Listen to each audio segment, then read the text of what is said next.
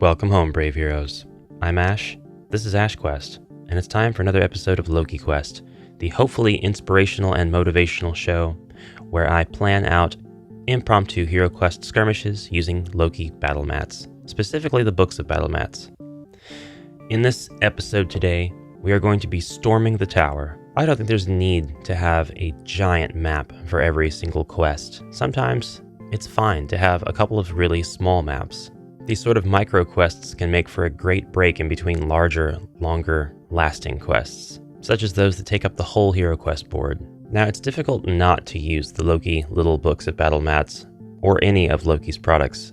A lot of the maps in these battle mat books are really interesting looking, and I want to use them for HeroQuest scenarios, but they seem too skirmishy, like there's just not enough walls. And in a game that is primarily a dungeon crawler, with narrow corridors and dangerous traps around every corner, that can be a bit of a problem. So I've broken up this quest into two parts that can be played together. We're using this set of maps from the Wilderness book, and we'll be using another set of maps from the Little Book Dungeon Edition. I kind of wanted this one to call to mind Battle Masters. So we've got plenty of green field, and then we have ogres, as well as men-at-arms with crossbows that could represent our chaos archers. Now our heroes will immediately start in the battlefield, ready to skirmish, and the heroes can go first. For anybody curious, I'm actually using miniatures from Talisman 3rd Edition to represent our barbarian, our wizard, our dwarf, and our elf. I did paint these and put these on HeroQuest bases. The first order of business is going to be that the heroes will see there are two ogres guarding the stairs, as well as two archers on top of the tower. The archers can fire at anything that is in their line of sight, but of course their shots cannot go over the ogres.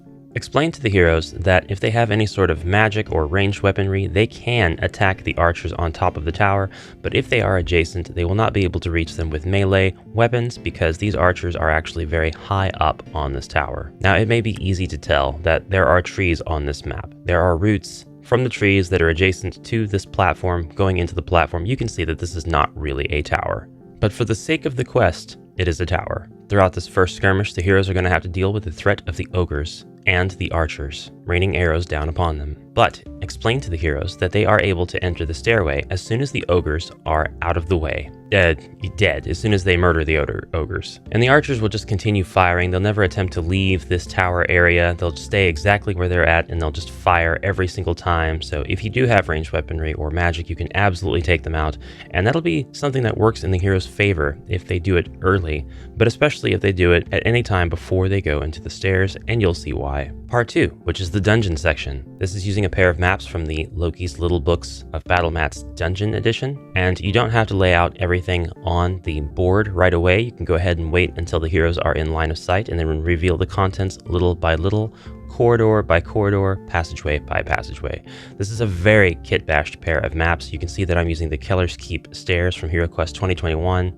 I'm using a couple of different tiles to establish some blockades, which forces the heroes through these tiny corridors. I'm using the mercenaries from the classic Frozen Horror, as well as the ogres from the classic Against the Ogre Horde, and I'm using treasure chests from the original. Feel free to sub in contemporary with anything here that is classic. That is totally up to you.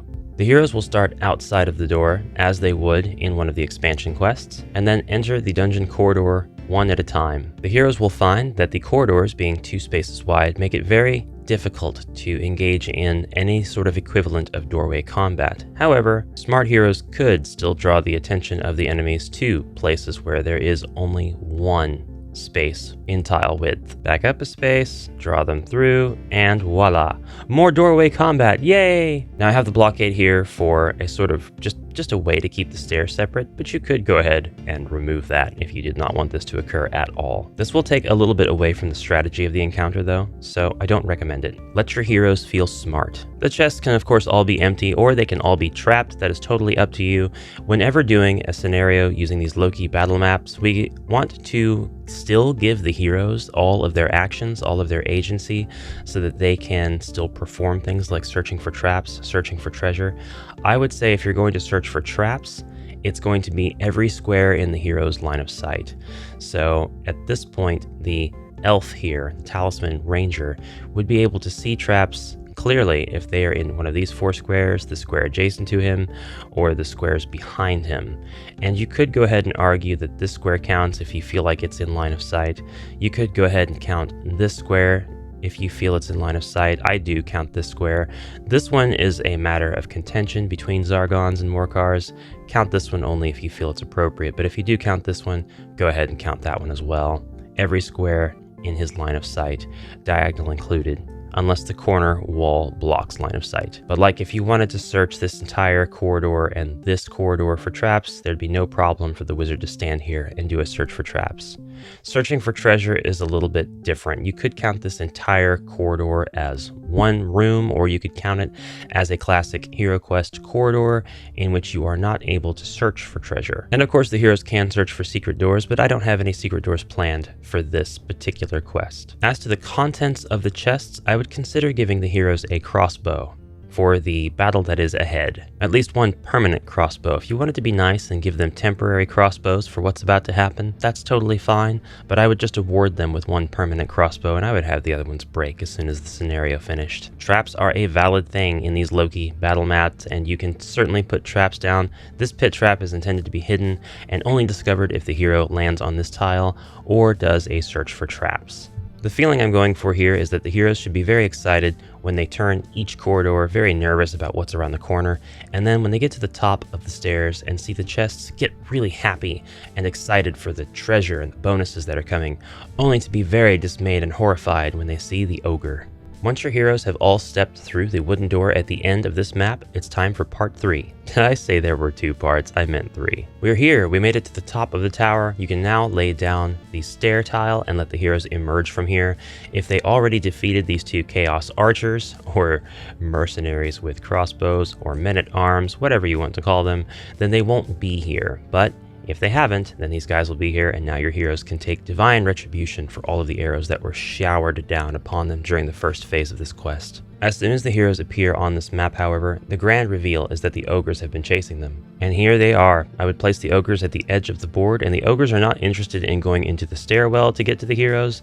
They are just dumb enough to try to take on the tower directly. So, if your heroes have any sort of ranged weaponry, now would be the time to attack the encroaching forces of ogres, who will continue to advance until they get to the tower. And here's the kicker.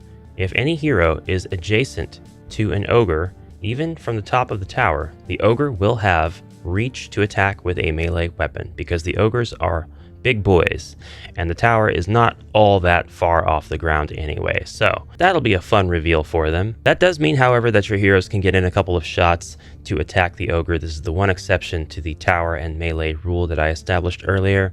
They are big enough to be hit from the tower, since they can also reach on the tower and hit the hero that is adjacent. So this should make for a pretty fun and engaging battle, and just don't let your heroes die, because it would be totally acceptable, in my opinion, for Zargon or Morkar to roleplay that the ogre took the hero at his last body point and shoved him in his ogre mouth, not even bothering to chew before swallowing him and making him into a tasty hero omurice. He's gonna eat the hero. The hero's gonna get digested. Today's video was made possible by the Talisman Dwarf. He is inspiring, he is grace, he is beauty. He's just built different. He's just built different. Guys, I hope you enjoyed this LokeQuest video. Please let me know your thoughts in the comments below, and I will see you in the next video. Until then, have a fantastic rest of your day, and bye for now.